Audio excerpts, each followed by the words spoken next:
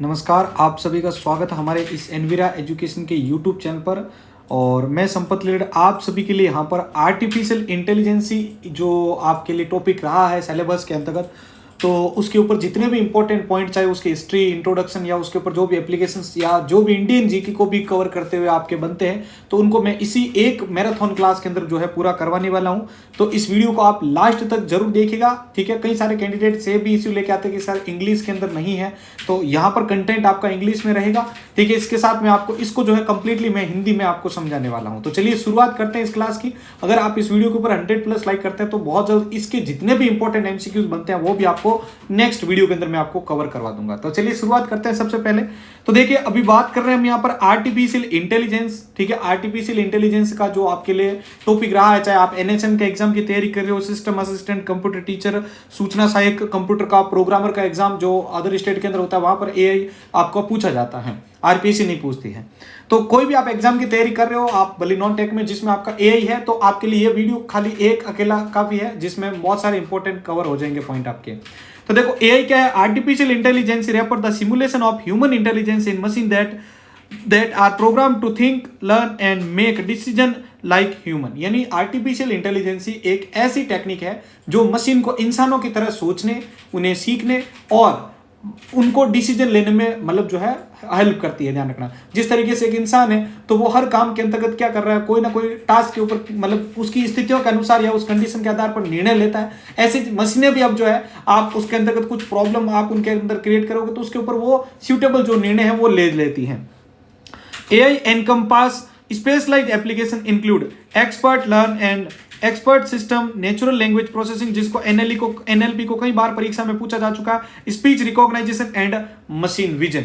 इसका क्या मतलब है कि जो AI है इसका यूज जो है एक्सपर्ट सिस्टम, जैसे आपका NLP हो गया, नेचुरल लैंग्वेज प्रोसेसिंग हो गया, स्पीच रिकॉग्नाइजेशन हो गया, और जो भी मशीन विजन होता है, ऐसी एप्लीकेशंस में सबसे ज्यादा जो है इसका यूज किया जा रहा है। ये एक NLP का जो कंसेप्ट है, एक बार आप सभी अपने पास नोट डाउन कर लीजिएगा।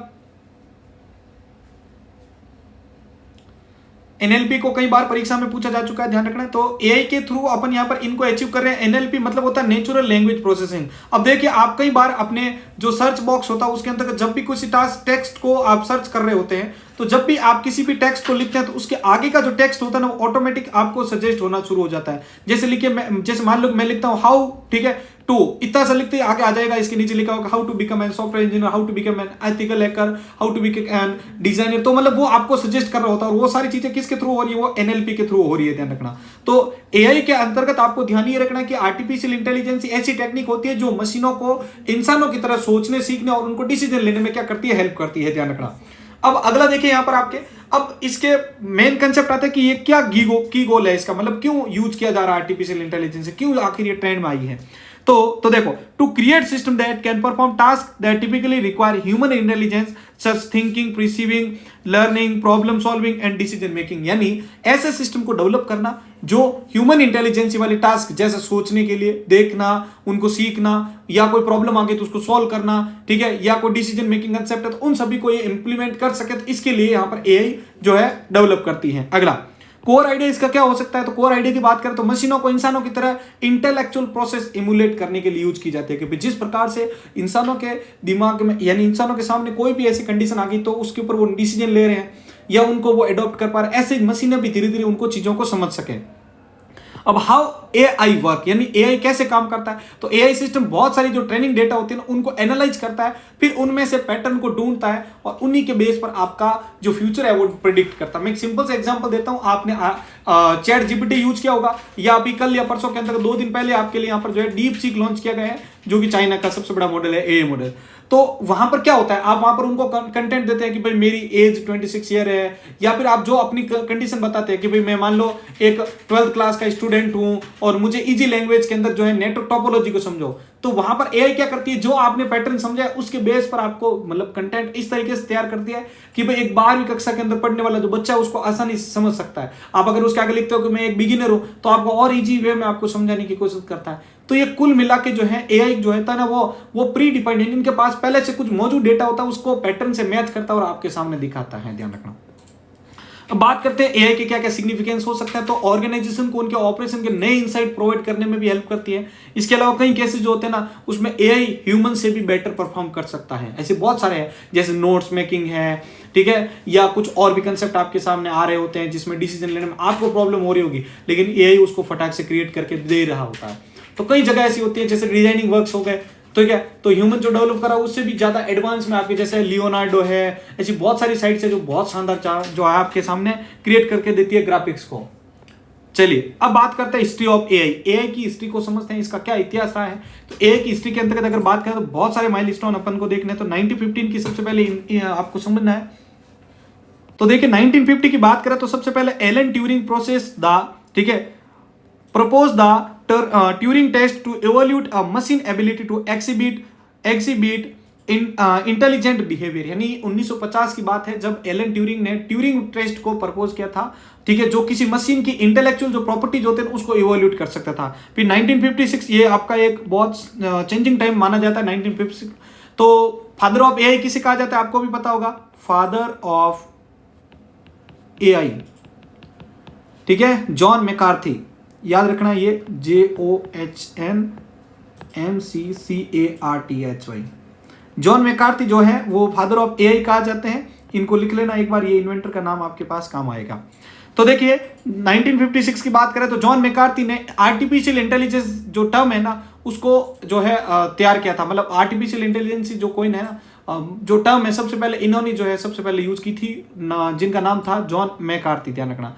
और इन्होंने सबसे पहले एआई जो कॉन्फ्रेंस थी ना वो ऑर्गेनाइज की थी, ध्यान रखना। फिर 1969 की बात करें, और ये भी ध्यान रखिएगा कि जो ये जो कॉन्फ्रेंस आयोजित की थी जिसका नाम था डार्टमाउथ, क्या नाम था, डार्टमाउथ, ठीक है, this mark the birth of AI, ध्यान रखना। ये सबसे पहली जो आर्टिफिशियल इंटेलिजेंस के लिए जो कॉन्फ्रेंस आयोजित की गई थी डार्टमाउथ जिसका नाम था, ये इसका सबसे पहला यहाँ पर जो है बर्थ टाइम यहाँ पर इसका माना जाता है एआई का। फिर 1969 की बात करें साकाई की, तो साकाई नाम का पहला मोबाइल रोबोट बना था जो अपनी मर्जी से काम कर सकता था, ध्यान रखना। एआई का यूज करते हुए सबसे पहला मोबाइल रोबोट कब लॉन्च किया गया था, तो 1969 में। इसका नाम क्या था, साकाई, ठीक है, SHAKEY, साकेई। अगला देखो 1997 की बात करें, ठीक है, तो आईबीएम का डीप ब्लू, उस टाइम ये चर्चा में भी आया था, आपको पता है, जिसने आईबीएम का एक सुपर कंप्यूटर था जिसका नाम था डीप ब्लू, जिसने जो चैंपियन थे जिनका नाम था गैरी कास्परोव उनको हराया था, ठीक है। इसके बाद में यहाँ पर देखो 1997 की आईबीएम का था डीप ब्लू कंप्यूटर था, ध्यान रखना। अगला सुपर कंप्यूटर था ये, ठीक है। फिर आपकी बात आती थी 2002 की। अब देखो सुपर कंप्यूटर का आया तो कुछ एक पॉइंट और भी याद रख लेना। तो सुपर कंप्यूटर की बात करें तो वर्ल्ड का, ठीक है, और यहाँ इंडिया का, ये मैं यहाँ पर फर्स्ट की बात कर रहा हूं। तो वर्ल्ड का सबसे पहला यहाँ पर सुपर कंप्यूटर कौन सा था, वैसे तो CDC 6600 माना जाता है, लेकिन सक्सेसफुल कौन सा रहा था, तो वो रहा था आपका क्रे-1, जिसको सैमुर क्रे ने बनाया था, ध्यान रखना। इसी प्रकार से इंडिया की बात करें तो इंडिया के अंदर परम 8000, ठीक है, परम 8000 जो है वो इंडिया का सक्सेसफुल सुपर कंप्यूटर माना जाता है सबसे पहला, ध्यान रखना। इसी प्रकार से अगर अपन बात करें तो अब तक का सबसे तेज सुपर कंप्यूटर की बात करें वर्ल्ड की, ठीक है, फास्टेस्ट, अब मैं फास्टेस्ट की बात कर रहा हूं अब तक की, ध्यान रखना। तो अब तक की सबसे फास्टेस्ट कंप्यूटर की बात करें तो वर्ल्ड के अंदर सुपर कंप्यूटर जो फास्टेस्ट है वो है आपका कौन सा, फ्रंटियर। और इंडिया की बात करें तो कौन सा है, एरावॉट। इसको मैंने लास्ट वीडियो में भी समझाया था, एरावॉट है, ध्यान रखना। तो इस प्रकार से आपको याद रखना है कि ये सुपर कंप्यूटर का हिस्ट्री है, आपको याद रखेगा। फिर 1997 के बाद 2002 की बात करें, द फर्स्ट कमर्शियली, ठीक है, viable robot vacuum cleaner is invented. यानी 1997 की जो बात कही जा रही है तो इसका मतलब है कि आईबीएम का जो सुपर कंप्यूटर था डीप ब्लू, इसने उसको हराया था। अब 2002 की बात करें तो पहला कमर्शियल रोबोट जिसका नाम था वैक्यूम क्लीनर उसको लॉन्च किया गया था, ध्यान रखना। वैक्यूम क्लीनर जो सबसे पहला कमर्शियल रोबोट था उसको लॉन्च किया गया था कब, 2002 में। फिर 2005 से 19 की घटना बताएं तो इसमें वॉइस रिकॉग्नाइजेशन होगा, RPA हो गया, स्मार्ट होम हो गए, ठीक है, स्मार्ट होम जो डिवाइसेज होते हैं उन सभी को यहाँ पर जो है धीरे धीरे लॉन्च करना शुरू किया गया था। फिर 2020 की बात करें तो कोविड-19 पेंडेमिक जो टाइम था उस समय यहाँ पर बेइतू ने लीनियर फोल्ड एआई एक एल्गोरिथम डेवलप किया था जो कि SARS-CoV-2 वायरस का RNA सीक्वेंस से 27 सेकंड में प्रेडिक्ट करके बता सकता था, ठीक है। तो ये यहाँ पर 2020 की घटना मानी जाती है, ध्यान रखना। ऐसे तो बहुत सारे नए नए चेंजेस हुए हैं वर्ल्ड के अंतर्गत। अलावा भी देखो कुछ एक इंपॉर्टेंट पॉइंट बनते हैं, उनको मैं यहाँ पर साथ में लिख रहा हूँ, जिसको आप सभी जो है अपने पास नोट डाउन जरूर कर लीजिएगा। तो देखिए यहाँ पर कुछ एक पॉइंट है जो मैं यहाँ पर अलग से आपको लिखवा रहा हूँ, इनको आप अपने पास नोट डाउन कर लीजिएगा। तो अगला जो इंपॉर्टेंट पॉइंट की बात करें तो सबसे पहले ध्यान रखना जो यहाँ पर ऊपर पॉइंट थे उसके अंदर भी जो है कुछ एक पॉइंट जो है मैं एक्स्ट्रा आपको यहाँ पर जो है इसके अंतर्गत आपको बता रहा हूँ। तो देखिए 1950 के अंतर्गत हमने बात की थी कि एलन ट्यूरिंग द्वारा ट्यूरिंग परीक्षण यानी ट्यूरिंग टेस्ट किया गया था। फिर 1951 की बात करते हैं अपन 1951 के अंतर्गत, तो एक CHRISTO Christopher stretchy STRATCHY Christopher stretchy थे। ध्यान रखना इन्होंने यहां पर सबसे पहला AI बेस्ड, ध्यान रखना AI बेस्ड जो है सबसे पहला यहां पर प्रोग्राम लिखा था। तो सबसे पहला AI प्रोग्राम किसने लिखा था? First program artificial intelligence based सबसे पहला प्रोग्राम किसने लिखा था? तो क्रिस्टोफर स्ट्रेची के द्वारा लिखा गया था। कब लिखा गया था? तो 1951 के अंतर्गत, ध्यान रखना। अगला यहां पर पॉइंट आपको एक और ध्यान रखना कि जो 1956 का टाइम था इसमें जो वर्ड था आपका AI मतलब आर्टिफिशियल इंटेलिजेंस, यानी जो वैज्ञानिक जिनका नाम ऊपर मैंने आपको बताया था जॉन मैककार्थी, इन्होंने 1956 में जो AI है इस शब्द को यहां पर जो है इन्होंने इन्वेंट किया था। इसके बाद यहां पर ये तो 1956 का था। फिर 1960 की बात करें, ठीक है, 1960 की बात करें तो ये पॉइंट आपको जरूर याद रखना है 1916 वाला। इसमें जॉन मैककार्थी ने सबसे पहली प्रोग्रामिंग लैंग्वेज जिसका नाम था लिस्प, इसको लिस्ट प्रोसेसिंग के नाम से भी जाना जाता है, इसको यहां पर जो है इन्होंने डेवलप किया था। इसलिए जॉन मैककार्थी को जो है AI का फादर ऑफ AI भी कहा जाता है, ध्यान रखना। तो AI के लिए जो सबसे पहली प्रोग्रामिंग लैंग्वेज थी जिसका नाम था लिस्प, इसको किसने बनाया था? जॉन मैककार्थी ने। तो ये लिख लीजिएगा LISP, जिसको लिस्ट प्रोसेसिंग के नाम से जानते हैं। किस नाम से जानते हैं भाई? लिस्ट प्रोसेसिंग के नाम से जानते हैं इनको। ये जो लैंग्वेज है, सॉरी, लिस्ट प्रोसेसिंग के नाम से जानी जाती है। और इसको डेवलप करने वाले कौन थे? तो इसको डेवलप करने वाले थे आपके जॉन मैककार्थी।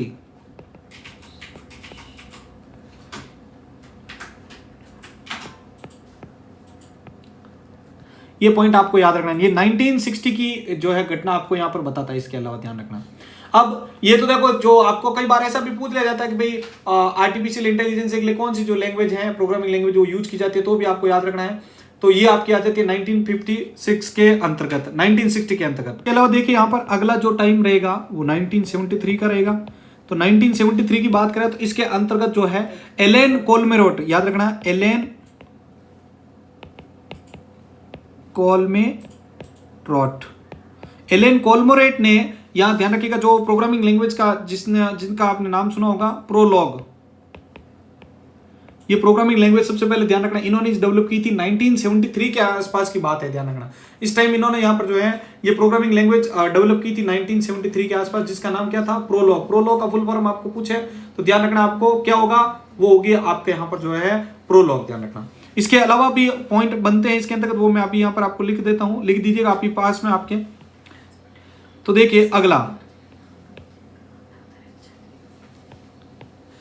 देखिए इसके बाद में 1981 की बात करें, ठीक है, तो 1981 के अंतर्गत जो है 5th जनरेशन जो क्या बोलते हैं, जापान ने सबसे पहले यहाँ पर ध्यान रखना है जो 5th जनरेशन जो थी ना वो स्टार्ट की थी 1981 के अंदर। 1981 का कंसेप्ट आपको यहाँ पर देखने को मिलता है। बाकी 1970 के अंतर्गत आपको एलन कोलमेरोट का प्रोग्रामिंग लैंग्वेज का याद रखना, प्रोलॉग कहते हैं जिसको, ठीक है। तो ये प्रोग्रामिंग जो प्रोलॉग लैंग्वेज है वो डेवलप की थी एलन कोलमेरोट ने। इसके अलावा यहाँ पर लिस्प प्रोग्रामिंग जो कि आर्टिफिशियल इंटेलिजेंस के लिए यूज की जाती है, ये किसने डेवलप की थी? जॉन मैककार्थी ने। इसी कारण से इसमें क्या नाम से जाना जाता है इनको फादर ऑफ AI भी कहा जाता है। यही एक रीजन था, ध्यान रखना, ठीक है। ये चीज आपको इसके अंदर क्लियर कर लेनी है, इनको लिख लीजिएगा अपने पास में सभी की सभी।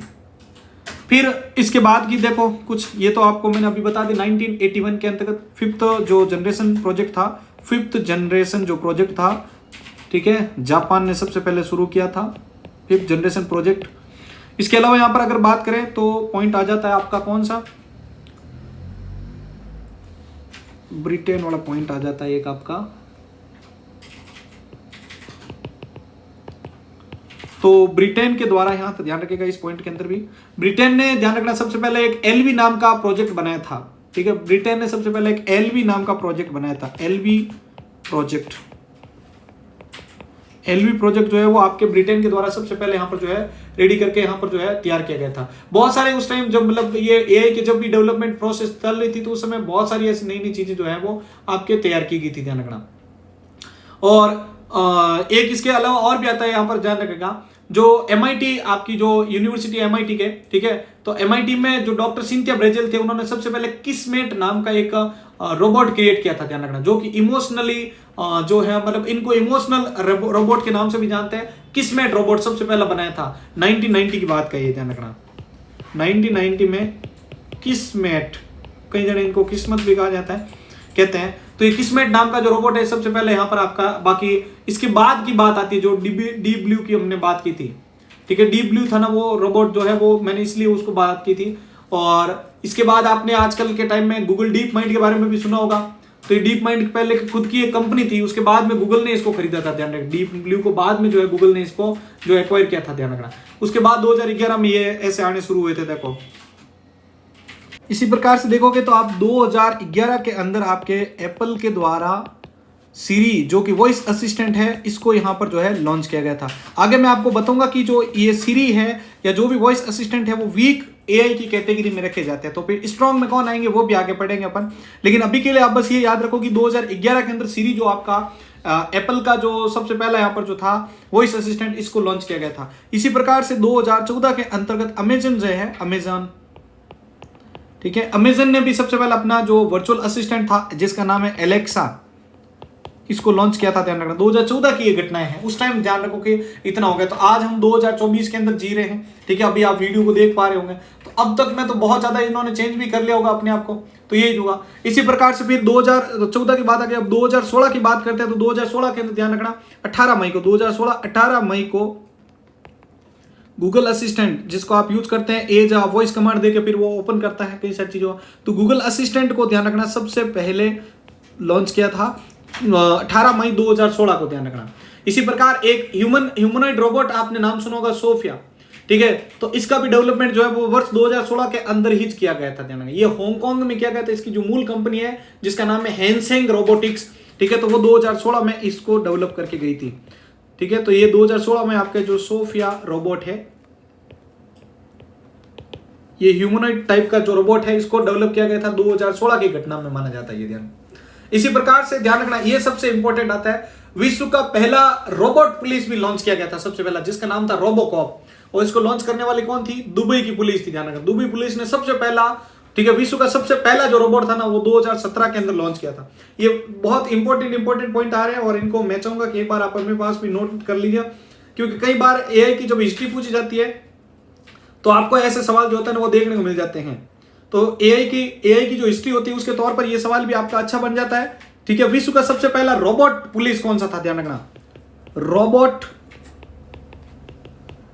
पुलिस। तो ये जो रोबोट पुलिस था ना वो सबसे पहला, ध्यान रखना, क्या नाम था उसका? रोबोकॉप, ठीक है, रोबोकॉप। और इसको किसने बनाया था? इसको दुबई पुलिस ने बनाया था, ध्यान रखना, ठीक है। इसको सबसे पहले जो है दुबई पुलिस के द्वारा तैयार किया गया था, लॉन्च किया गया था, सॉरी। तो ये कुछ इंपॉर्टेंट पॉइंट थी जितने भी, ठीक है। चाहे आपकी सीरी की बात कर लो, 2011 के अंतर्गत एलेक्सा, एप्पल का सीरी लॉन्च हुआ था। 2014 में अमेजन का आपका एलेक्सा, 18 मई 2016 को आपका गूगल असिस्टेंट लॉन्च हुआ था। इसी प्रकार से फिर ब्रिटेन की बात की थी सबसे पहले यहाँ पर 1990 के अंतर्गत किसमेट आपका जो प्रोजेक्ट था वो लॉन्च हुआ था। सोफिया का 2016 में लॉन्च किया गया था, जो कि हैनसेंग कंपनी हांगकांग की थी, उसने लॉन्च किया था। तो ये भी आपका आ जाता है, ठीक है। अब ये सारी चीजें जो है ना, ये रोबोकॉप की, तो ये कुछ AI के जो एग्जांपल्स हैं उनको यहाँ पर दर्शाती होती है। अब 2017 के अंदर भी यहाँ पर ध्यान रखना है, माइक्रोसॉफ्ट ने जो है रियल टाइम जो आर्टिफिशियल इंटेलिजेंस है, इसके लिए एक प्रोजेक्ट ब्रेन वेव नाम के जो प्रोजेक्ट है उसको लॉन्च किया था। तो ये भी आपके लिए यहाँ पर काम आ जाता है। तो इन चीजों को एक बार आप सभी नोट कर लीजिए, मैंने यहाँ पर जो है लिखवा दिया है, और एक बार चाहे तो आप स्क्रीनशॉट ले सकते हैं, ताकि आपके आगे कोई अगर मैं क्वेश्चन देता हूं तो उस समय आपके लिए यहाँ पर ये जो है काम आने वाला है। तो एक बार इसको सभी के सभी नोट डाउन कर लीजिए अपने पास में। उम्मीद है कि ये चीजें आपने नोट डाउन कर ली होगी, स्क्रीनशॉट भी आप चाहें तो इसको ले लीजिएगा। चलिए अब आगे बढ़ते हैं और हम बात करते हैं यहाँ पर नेक्स्ट कंसेप्ट की। तो नेक्स्ट हमारे इंडिया के अंदर भी AI के बारे में मैं अभी मैं क्लियर करूंगा। तो पहले अपन बात करते हैं टाइप्स ऑफ AI के अंतर्गत, ठीक है, टाइप्स ऑफ AI की। तो टाइप्स ऑफ AI में पहला आता है आपका बेस्ड ऑन कैपेबिलिटीज, कैपेबिलिटी के आधार पर यहाँ पर जो है कितने टाइप के होते हैं। पहला आता है रिएक्टिव मशीन्स। तो रिएक्टिव मशीन्स के अंदर क्या होता है? तो ये सिर्फ इनपुट पे रिएक्ट कर सकते हैं, इनमें मेमोरी या लर्निंग की कैपेबिलिटी नहीं होते हैं। तो ऐसे रोबोटिक या ऐसे आपका AI मशीन्स जो इनपुट आया तो ऐसा रिएक्ट कर दिया, बाकी ये कुछ भी काम नहीं करेगी, तो वो क्या होती है? वो होती है आपकी रिएक्टिव मशीन्स, ध्यान रखना। जैसे IBM का डीप ब्लू है ना, वो इसी प्रकार का एग्जांपल है। फिर बात करें सेकंड लिमिटेड मेमोरी वाला, तो लिमिटेड मेमोरी मतलब ये ऐसे एआई सिस्टम होते हैं जो पुरानी इंफॉर्मेशन किया एक्सपीरियंस से लर्न करके नई चीजों को डेवलप करते हैं या तैयार करते हैं या डिसीजन लेते हैं। तो इनके पास पहले से कोई पुराना डेटा मौजूद होगा, उसके बेस पर ये यहाँ पर क्या करेंगे, मतलब लिमिटेड नॉलेज ऐसे कह सकते हैं। जैसे आपकी सेल्फ ड्राइविंग कार होती है तो वो उसके पास में क्या होता है, पहले से मौजूद डेटा, उसके बेसिस पर निर्णय लेगा वो ऐसे। अब आता है थ्योरी ऑफ माइंड की बात करें, तो थ्योरी ऑफ माइंड की बात करें तो ऐसे एआई जो ह्यूमन की फीलिंग्स और थ्रूपुट को, ध्यान रखना, ह्यूमन की फीलिंग और जो भी उनके थॉट्स होते हैं उनको समझ सकते हैं। तो अभी ये जो है ना ऐसी चीजें वो अभी रिसर्च बेस पर है, लेकिन इनको अपन थ्योरी ऑफ माइंड में रखते हैं। ऐसे एक आता है सेल्फ अवेयरनेस। तो सेल्फ अवेयरनेस की बात करें तो ये जो सेल्फ अवेयरनेस होता है, ये एआई जो होते हैं ना वो अपनी कॉन्शियसनेस जो होती है ना और जो भी अपनी सेल्फ अवेयरनेस होते हैं उसके आधार पर जो है नई चीजों को डेवलप करते हैं। तो ये इन फ्यूचर रहेंगे। तो ये दोनों चीजें अभी यहाँ पर जो है इन फ्यूचर या आप मान सकते हैं प्रोग्रेस के अंदर है। इसी प्रकार से अगर अपन बात करें बेस्ड ऑन फंक्शनलिटीज के आधार पर कौन कौन से होते हैं, पहला आता है नैरो एआई, जिसको वीक एआई भी कहते हैं। तो ये अपन जो यूज करें ना एप्पल का सीरी वगैरह, तो अभी भी ये किस में, वीक एआई की कैटेगरी में रखे जाते हैं, ध्यान रखना। एलेक्सा वगैरह नहीं जितने भी हैं तो ये सब नैरो एआई यानी वीक एआई की कैटेगरी में आते हैं। तो नैरो एआई का मतलब जो सिर्फ एक स्पेसिफिक टास्क को परफॉर्म कर सकते हैं उनको क्या कहते हैं, नैरो एआई यानी वीक एआई के नाम से जाना जाता है। सेकंड आता है जनरल एआई। तो इसके एग्जांपल भी ध्यान रखना, वीक एआई की कैटेगरी क्या है, ये वॉइस असिस्टेंट है ना, लाइक सीरी है, एलेक्सा है, ऐसे। सेकंड बात करें जनरल एआई, जिसको स्ट्रॉन्ग एआई के नाम से भी जाना जाता है। तो जनरल एआई मतलब ऐसे एआई जो किसी भी ह्यूमन इंटेलेक्चुअल टास्क को परफॉर्म कर सकते हैं, ध्यान रखना, किसी भी प्रकार का ह्यूमन इंटेलेक्चुअल जो टास्क है उसको परफॉर्म कर लेंगे, वो आते हैं आपके किसमें, जनरल एआई के अंतर्गत। फिर थर्ड आता है आपका सुपर इंटेलिजेंस एआई।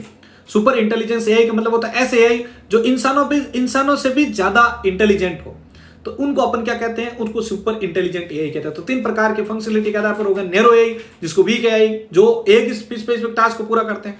इसी प्रकार से जनरल एआई की बात करें तो इसको स्ट्रॉन्ग एआई के नाम से भी जानते हैं, ठीक है। तो ये ह्यूमन जैसे इंटेलेक्चुअल टास्क को परफॉर्म करते हैं, और सुपर मतलब जो इंसानों से भी तेज होते हैं, ध्यान रखना। तो ये आपके यहाँ पर ध्यान रखना, इस प्रकार से कंसेप्ट आपके आ जाते हैं। ये यहाँ पर क्लासिफिकेशंस भी अलग से दे रखे, बेस्ड ऑन कैपेबिलिटीज और based on functionalities, reactive, limited, theory of mind और सेल्फ अवेयरनेस, जिसमें ये दोनों तभी डेवलपमेंट फेज में। और अगर यहाँ पर बात करें बेस्ड ऑन फंक्शनलिटी, तो यहाँ पर ये नैरो एआई होता है, जिसमें गूगल एलेक्सा और सीरी और ये दोनों यहाँ पर आपके जो है ये मतलब इंसानों से भी, मतलब ये इंसानों जैसे यहाँ पर ये जो है टास्क कर सकते हैं और ये उनसे भी तेज होते हैं। अब बात करते हैं यहाँ पर एआई के कुछ कंसेप्ट्स की, जिसमें पहला आता है मशीन लर्निंग। क्या होता है, एमएल कहते हैं जिसको। तो मशीन लर्निंग का मतलब होता है एआई का ये क्या होगा, सबसेट होगा, यानी बड़ा कौन है एआई, लेकिन उसका एक सबसेट यानी उसका एक भाग मान सकते हैं आप। तो एआई का एक सबसेट होता है, ठीक है, जो मशीन को बिना एक्सप्लिसिटली प्रोग्राम किए डेटा से उसको नया डेटा मतलब जो है लर्न करने के लिए क्या करता है, कैपेबिलिटी प्रोवाइड करता है। मतलब कुछ डेटा है तो उस डेटा के बेस पर वो निर्णय लेने में उसको क्या करता है, हेल्प करता है। अब यहाँ पर बात करें टाइप्स ऑफ एमएल की, ठीक है। तो टाइप्स ऑफ एमएल की बात करें मशीन लर्निंग के अंदर कितने टाइप को, पहला आता है सुपरवाइज्ड लर्निंग। सुपरवाइज्ड लर्निंग का मतलब होता है, इसको थोड़ा जूम करते हैं, ठीक है। सुपरवाइज्ड लर्निंग की बात करें, the model learn from the labelled data, ठीक है, यानी लेबल्ड जो डेटा होता है ना उसके आधार पर ये उसका यूज करके क्या करता है, कुछ डेटा लर्न करता है। जैसे स्पैम ईमेल डिटेक्शन होता है ना, तो वो मतलब उसके ऊपर लेबल लगा, जैसे आपको पता होगा आपके पास कॉल आता है, ठीक है, आप ट्रू कॉलर या कुछ ऐसे कॉलिंग फंक्शंस यूज कर रहे होंगे, तो अब अगर उनको लोगों ने यहाँ पर लेबल कर दिया कि भाई ये स्पैम है, तो आपके पास जब कॉल आएगा तो आपको क्या होगा, रेड अलर्ट होगा, तो वो लेबल्ड बेस पर डिसीजन लिया जा रहा है, तो वो सुपरवाइज्ड लर्निंग होती है। इसी प्रकार से कहता है अनसुपरवाइज्ड लर्निंग, तो यानी अनलेबल्ड डेटा में पैटर्न को ढूंढता है। अब उसके ऊपर लेबल नहीं है लेकिन उसके अंदर कुछ पैटर्न ऐसा ये फाइंड कर लेगा जिसके बेसिस पर ये क्या करेगा, ये उनको हाईलाइट करेगा, जैसे कस्टमर सेगमेंटेशन होती है, ठीक है। तो ये चीज आपके आ जाती है किसमें, अनसुपरवाइज्ड लर्निंग। फिर आता है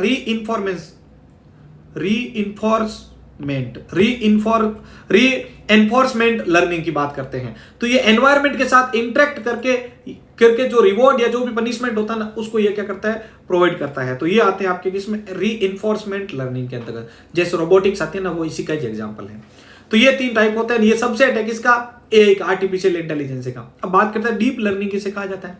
तो डीप लर्निंग का मतलब होता है कि ये एमएल का एक एडवांस फॉर्म होता है। एमएल छोटा है लेकिन उसका एक एडवांस वर्जन है, कौन सा, डीप लर्निंग, जो मल्टीलेयर जो आपके न्यूरल नेटवर्क होता है ना उनका यूज करता है। एग्जांपल जैसे इमेज और जो भी स्पीच रिकॉग्नाइजेशन होता है, स्पीच रिकॉग्नाइजेशन, वो डीप लर्निंग के ही एग्जांपल आते हैं। फिर आता है इंपॉर्टेंट कंसेप्ट जिसको एनएलपी के नाम से जानते हैं, ठीक है। चलिए अब देखिए ये आ जाता है आप उनके पास में, यहाँ पर एनएलपी कहा जाता है, इसको ध्यान रखना, नेचुरल लैंग्वेज प्रोसेसिंग। ये आपके 12th वाली बुक के अंदर भी दे रखा है, इंपॉर्टेंट भी है, ध्यान रखना। तो अगर नेचुरल लैंग्वेज प्रोसेसिंग की बात करते हैं अपन, तो मशीन को ह्यूमन लैंग्वेज समझने और जनरेट करने लायक बनाता है कौन? एनएलपी। भाई आपको सजेशन मिलता है ना चैट वगैरह आप जब टाइप कर रहे होते हैं, ठीक है, तो वो आपको एनएलपी के थ्रू ही मिलता है। तो मशीन को ह्यूमन लैंग्वेज समझने और जनरेट करने के लिए कैपेबिलिटी प्रोवाइड करता है कौन? एनएलपी, यानी नेचुरल लैंग्वेज प्रोसेसिंग। जैसे चैटबॉट हो गया, गूगल ट्रांसलेट हो गया, ठीक है, सेंटिमेंट एनालाइज हो गया, ये सारे की सारी चीजें आपके एनएलपी के अंदर आती हैं। फिर आता है कंप्यूटर विजन। तो कंप्यूटर विजन मतलब होता है कि मशीन को इमेज और वीडियो को एनालाइज करने की एबिलिटी प्रोवाइड करना। जैसे आपको पता होगा आपका जो इमेज, आपका जो फोन है वो आपका चेहरा जैसे देखता है या आपने उसको पैटर्न बता रखा है, तो आपका चेहरा जैसे आप दिखाओगे तो वो पैटर्न अनलॉक हो जाता है। तो क्या हो रहा है? फेस को रिकॉग्नाइज कर रहा है, ठीक है। ऐसे एक नहीं, ऐसे हजारों चीजें हैं जहां पर आपको डिटेक्शन बेस्ड कंसेप्ट आते हैं, तो कंप्यूटर विजन के अंदर आते हैं। फिर आता है रोबोटिक्स।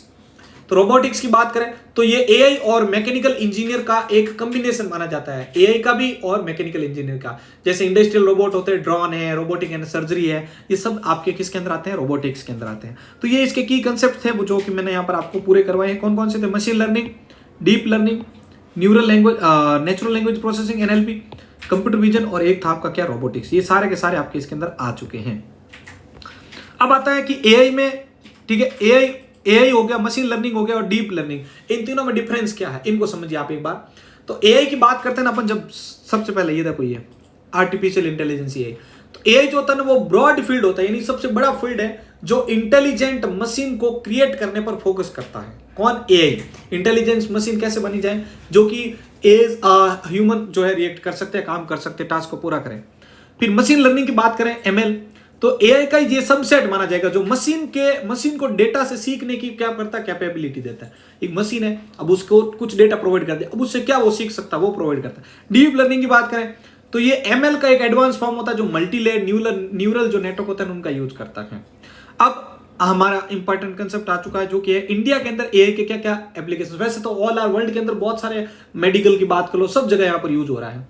अब देखो सबसे पहले बात करते हैं यहाँ पर जुडिशियल सिस्टम में। इंडिया के अंदर जुडिशियल सिस्टम में, भाई अपन इंडिया के अंदर है तो इंडिया की बात करते हैं सर। इंडियन जुडिशियल सिस्टम की बात करें तो कोर्ट में एआई का यूज जो है वर्कलोड को कम करने के लिए, एक्सप्लोर करने के लिए किया जा रहा है। जैसे केस का मैनेजमेंट है, लीगल रिसर्च है, डिसीजन सपोर्ट है, ठीक है। तो ये सारी चीजों के अंदर क्या हो रहा है? आपका इंडियन जुडिशियल सिस्टम में यूज किया जा रहा है, भाई कहीं ना कहीं तो यूज हो ही रहा है। अगला इंडियन रेलवे की अगर बात करें तो वहां पर एआई का यूज जो है लॉजिस्टिक और जो भी ट्रांसपोर्टेशन होती है ना उसको और एफिशिएंट बनाने में यूज हो रहा है। इसी प्रकार से बैंकिंग इंडस्ट्री की बात करें तो वहां पर एआई जो होता है ना वो क्या करता है? फ्रॉड को डिटेक्ट करना, ठीक है, कस्टमर सर्विस को पहचानना, रिस्क मैनेजमेंट को पहचानना, वहां पर यूज हो रहा है। इसी प्रकार से एवियन हिस्ट्री भी होती है यहाँ पर, एविएशन इंडस्ट्री। तो कोविड-19 के बाद एविएशन सेक्टर में एआई का सबसे ज्यादा बेटर यूज हुआ, ध्यान रखना, सबसे ज्यादा यूज हुआ यहाँ पर, ठीक है। जब भी पेंडेमिक जो टाइम था तो उस समय एआई का यूज करते हुए बहुत सारी चीजें जो है बेटर प्लानिंग की गई थी, तो ये यहाँ पर आ जाती है। वैसे इसका बहुत कम पूछा जाएगा लेकिन फिर भी आपको ध्यान रखना है। हिस्ट्री तो आपको मैंने अच्छे खासे तरीके से याद करवाई है, तो ये भी चीज आपके यहाँ पर इसके अंदर क्रिएट हो जाती है। तो एक बार इसको आप चाहें तो लिख सकते हैं अपने पास में। अब हम इंपॉर्टेंट टास्क पर जो है जंप करने जा रहे हैं, ठीक है, जो कि है इंडिया के अंदर एआई के रिलेटेड क्या क्या कंसेप्ट आपके एग्जाम को लेकर जो इंपॉर्टेंट बन सकते हैं, ठीक है। चाहे वो आस्क दिशा की बात करो, कोर आईसीटीआई की बात करो, ये सारी की सारी चीजें अब यहाँ पर हमारे आ जाती हैं। चलिए भाई अब आगे बढ़ते हैं और बात करते हैं हम यहाँ पर एआई को लेकर इंडिया के अंतर्गत क्या हमें इसके जो पॉइंट्स हैं वो याद रखने चाहिए इंडिया को लेकर। तो देखो government initiative for AI promotion in India की बात करते हैं सबसे पहले। तो देखो पहले तो ये जो पॉइंट दे रखे हैं वो मैं आपको बता देता हूं, फिर अगर कुछ बाकी रहा तो मैं अलग से आपको लिखवा दूंगा। सबसे पहले अपन एरा वॉट की बात करें तो cloud platform for big data analyse, ठीक है, big data analytics and AI research. इसका मतलब है कि एक प्रकार का क्लाउड प्लेटफॉर्म है, ये ध्यान रखेगा, ठीक है। ये क्लाउड बेस्ड आपका ध्यान रखेगा प्लेटफॉर्म माना जाता है। कौन सा? ये एरावॉट। एरावॉट को सबसे तेज सुपर कंप्यूटर की कैटेगरी में भी रखा जाता है इंडिया के अंदर आज तक में, ठीक है। तो एक बार इनको आप लिख लीजिएगा जो जो पॉइंट मैं बता रहा हूं इनको, ठीक है, क्योंकि फिर बाद में आप इसको प्रॉब्लम क्रिएट करेंगे कि भाई सर ये तो इंग्लिश में था वो, तो इन चीजों को मैं बोल भी रहा हूं तो एक बार इसको नोट डाउन कर लीजिए अपने पास में।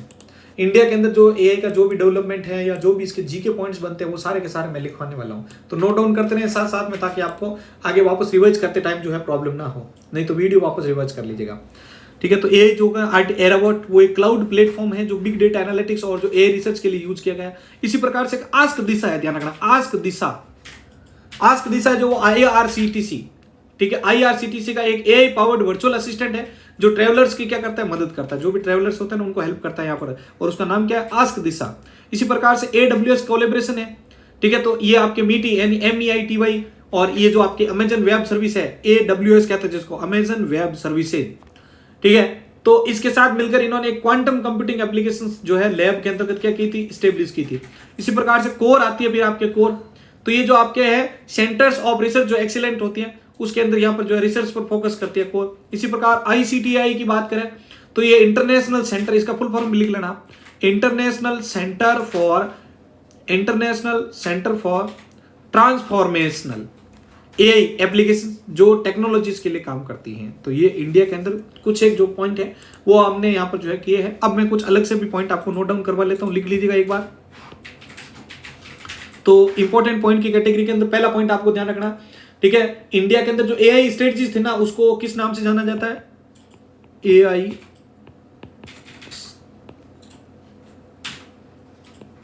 स्ट्रेटेजी, ठीक है। क्या नाम था भाई उसका नाम था AI फॉर ऑल, ठीक है, AI फॉर ऑल।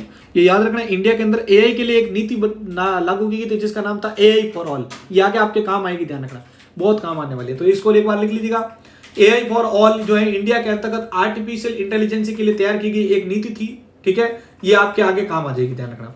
इसी प्रकार से यहाँ पर AI का अगर अपन इंडिया के अंतर्गत बात करें तो 2018-19 की बात करें या उसके बाद की बात करें तो 5th जनरेशन को तो पता आपको, हमने जब जापान की भी बात की थी। इसी प्रकार से इंडिया के अंदर भी उस टाइम आपके जो है मशीन लर्निंग और जो भी 3D प्रिंटिंग और ब्लॉकचेन वगैरह जो है वो आई थी, और ब्लॉकचेन को भी जो भी इंटरव्यू वगैरह हो रहे हैं वहां पर भी पूछा जा रहा है। तो ध्यान रखिएगा, जो आपका जो ब्लॉकचेन है वो एक डिसेंट्रलाइज्ड नेटवर्क है जिसके अंदर डेटा को ज्यादा सुरक्षित रखा जाता है, क्योंकि डेटा कहीं एक जगह पर डेटा जो है वो कहीं एक जगह स्टोर नहीं किया जा रहा है, तो इसलिए डिसेंट्रलाइज होने से हमारा डेटा जो है वो सही है, ध्यान रखना। इसी प्रकार से जो पूर्व भारतीय क्रिकेटर है जिनका नाम है कपिल देव, इनके द्वारा AI आधारित जो कंपनी थी जिसका नाम था हार्मोनीजियर इंडिया, इसमें भी जो है इन्वेस्ट किया गया था। तो ये भी कुछ कंसेप्ट आपके आ जाते हैं, लेकिन डेवलपमेंट फेसिस पर यहाँ पर ऊपर मैंने आपको बता दिया था। और तेलंगाना जो यानी तमिलनाडु जो था, तमिलनाडु सरकार ने वर्ष 2020 को जो AI बेस्ड जो ईयर है ना वो आपके घोषित किया था, यानी 2020 को सबसे पहले कृत्रिम बुद्धिमत्ता वर्ष घोषित करने वाला राज्य कौन सा था, तेलंगाना था, ध्यान रखना। ये इंडिया के कुछ बेस्ट कंसेप्ट आते हैं आपके। और बीटेक का कंसेप्ट भी ध्यान रखना, सबसे पहले AI के अंदर बीटेक कराने के लिए जो है किसने सबसे पहले स्टार्टिंग की थी, तो ये आपके ड्यून इंस्टीट्यूट ऑफ टेक्नोलॉजी जो कि IIT हैदराबाद है उसको यहाँ पर माना जाता है।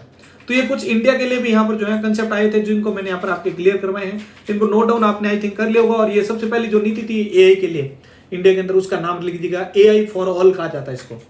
किस नाम से जानते हैं, AI फॉर ऑल कहा जाता है, लिखो एक बार इसको।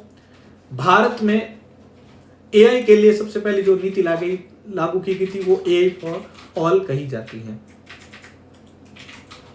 चलिए भाई अब आगे बढ़ते हैं और बात करते हैं जो भी इसके चैलेंजेस और जो भी कंसिडरेशन बनते हैं इसके अंतर्गत, ठीक है। तो वो कौन कौन सी चीजें हैं जो हमें यहाँ पर जाननी चाहिए। सबसे पहला तो आपका आ जाता है कौन सा, बायस और जो भी फेयरनेस होती है, यानी AI सिस्टम अपने ट्रेनिंग डेटा से बायस और जो भी इनहेरिट होती है उनको दूर कर सकती है जिससे अनफेयर आउटकम क्रिएट होते हैं। प्राइवेसी की बात करें तो AI सिस्टम अक्सर जो है बहुत सारे पर्सनल डेटा यूज करती है जो प्राइवेसी कंसर्न को क्या कर सकते हैं, क्रिएट कर सकते हैं। तो इसलिए बोलते हैं कि आपका डेटा जो है पब्लिकली कहीं पर भी अवेलेबल ना करवाएं। अगला आता है जॉब डिस्प्लेसमेंट की भी बात करें तो AI के आने से आज बहुत सारी जो जॉब है वो छीनती जा रही है। आपको पता है हर चीज को AI जो है बहुत स्मार्ट वे में क्रिएट कर रहा है। ट्रांसपेरेंसी की बात करें तो ठीक है, कई सारे ऐसे AI होते हैं जैसे डीप लर्निंग मॉडल्स हैं, ब्लैक बॉक्स होते हैं जिनसे इनका डिसीजन मेकिंग प्रोसेस है ना वो समझना थोड़ा मुश्किल हो जाता है। इसी प्रकार से रेगुलेशंस की बात करें तो सरकार और जो भी ऑर्गेनाइजेशन है वो एथिकल AI का यूज नए कानून और गाइडलाइन के अनुसार बनाए तो अच्छा होगा, क्योंकि उन गाइडलाइन के हिसाब से अगर कुछ काम होगा तो डेटा का भी नुकसान नहीं होगा। AI की फ्यूचर की भी बात करें ना, फ्यूचर ऑफ AI की, तो ये जनरल AI के अंदर अगर बात करें तो कुछ ना कुछ नए नए चेंजेस हो ही रहे हैं, जो कि मतलब जैसे जैसे नए नए AI आ रहे हैं तो वो जैसा अभी 2 दिन पहले आपका लॉन्च हुआ था, ठीक है, चाइना का डीप सीक जिसने 28 गुना कम जो है लागत के अंदर, जैसे ओपन AI का आपको पता, ये भी मैं बताना भूल गया था, ओपन AI ने बनाया था किसको, चैट GPT को, देखो जो कि सबसे ज्यादा यूज किया जाने वाला मॉडल था। लेकिन अब इसको भी पीछे छोड़ते हुए यहाँ पर जो है डीप सीक आ गया, जिसको मात्र चाइना के द्वारा कितने 49 करोड़ में बनाया गया था। और इसकी लगभग ये जो चैट GPT इसकी लागत लगभग 287 करोड़ के आसपास बताई जा रही। तो सोचो इतना सस्ता इसके अंदर इन्होंने डेवलप किया। तो मतलब नए नए जो चेंजेस या डेवलपमेंट हो रहे हैं वो कुछ ना कुछ यहाँ पर कर ही रहे हैं इसके अंदर। ठीक है। अब यहाँ पर एआई के लिए मतलब स्टूडेंट्स के लिए भी एआई एक्टिविटीज हो रही है भाई, स्टूडेंट अपने नोट्स क्रिएट कर रहे हैं या एआई का यूज करते हुए मतलब अपनी जो भी स्टडी है उसके अंदर कुछ नए नवाचार भी है जो लागू कर रही है यहाँ पर, ठीक है। इसके अलावा चैटबॉट क्रिएट हो रहे हैं भाई। जैसे चैटबॉट का मतलब क्या होता है, आप कुछ उसको प्रॉम्प्ट जनरेट करते हैं, प्रॉम्प्ट देते हैं और प्रॉम्प्ट के बेसिस पर क्या करता है वो रिलेटेड डेटा को क्रिएट करके आपको दे रहा होता है। इसी प्रकार से एथिक्स डिबेट की बात करें तो एआई का जो एथिकल जो इंप्लीकेशन है, जैसे जॉब का डिस्प्लेसमेंट हो गया, प्राइवेसी कंसर्न हो गया, तो वो सारी चीजें भी आपको इसके अंदर ध्यान रखनी होती है। मतलब मेन जो कंसेप्ट थे वो मैंने आपको स्टार्टिंग के अंदर बताए हैं, ठीक है। और मेरे हिसाब से जितने भी पॉइंट्स इसके ऊपर बनते थे, चाहे इसके टाइप्स की बात करते हो या कुछ भी कंसेप्ट आते हो, तो वो सारे के सारे हमने डिस्कस किए हैं।